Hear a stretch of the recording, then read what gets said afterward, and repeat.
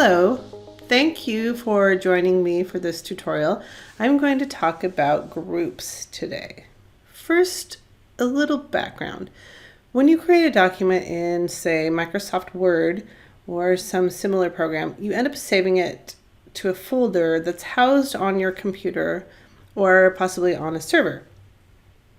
This is similar to what happens when you create a record like a recipe in Genesis R&D or food processor, but instead of saving the record to a folder on your computer, the program saves it back into the database. So when you go to open that record again, you're not going to browse for it like you would in other programs, but you're going to use the search. And when you associate your record, like your recipe, to a group or groups, that's similar to like assigning a tag for those of you who are familiar with that, and it helps narrow the searches down, which lets you both find a record more easily, but it also helps with organization. All of the ingredients that are in the ESHA database have been associated to one or more groups, either by characteristic or to indicate what subdatabase they belong to. And you can use those existing groups for searching and organization, but you can also add your own group and then associate a recipe or an ingredient to that group and search by group, again, for organizational purposes. To create a group with your program open, go to the Database tab and click Modify. Here, select the Groups tab. And in this example, I'm going to create a development stages folder and some groups within that folder, marketing and QA. Click New, select Folder, and type in the name of the folder, which is again development stages. Click OK, and you can see that it was created here. Now highlight that and click New. This time select Group and type in marketing. Click OK, and then do the same process for QA. When you're finished with that one, again, click OK. And click Close. Now let me show you how that is useful. So I'm going to associate one of my recipes with the marketing group I just created. With your recipe open, go to the Recipe tab and click Edit Recipe. Click Groups and you'll see our development stages group folder. Expand that and check marketing.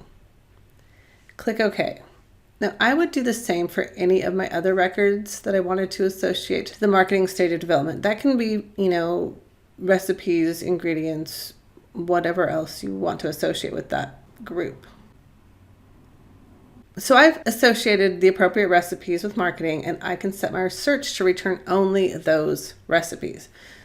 Go to the Home tab. This time go to Open Recipe and click Advanced Search.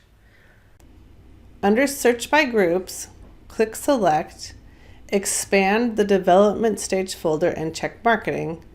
Click OK. Make sure that Include All Groups is searched. This tells the program to search for groups that are only in all of the groups you have selected rather than either or. And click Search. Here is a list of all of the recipes I have associated with marketing. If I wanted to, I could print this list as a hard copy or a PDF, and I can also export it as a text file if I wanted to. And that's the gist of using groups. But I can also, if I wanted to, narrow my search returns a different way, choose not to search in any of the groups or subdatabases. So I would do that by going to the Home tab and selecting My Preferences and check any of these. Again, this will tell the program, no matter what I'm opening, be it a recipe or ingredient or whatever, not to return any search results associated with those groups. Now, earlier we looked at organizing by development stage, and you can use groups to organize in any way that works for you or your business. Some other use cases might be by characteristic, like I want to be able to search for all my vegan or gluten-free recipes, say. I can also create an archive group for any records that are no longer active and then not search in that group. In some cases, you might want a personal group and store all of your recipes in there. There's an infinite number of things you can do with groups. So that concludes this tutorial. Thank you.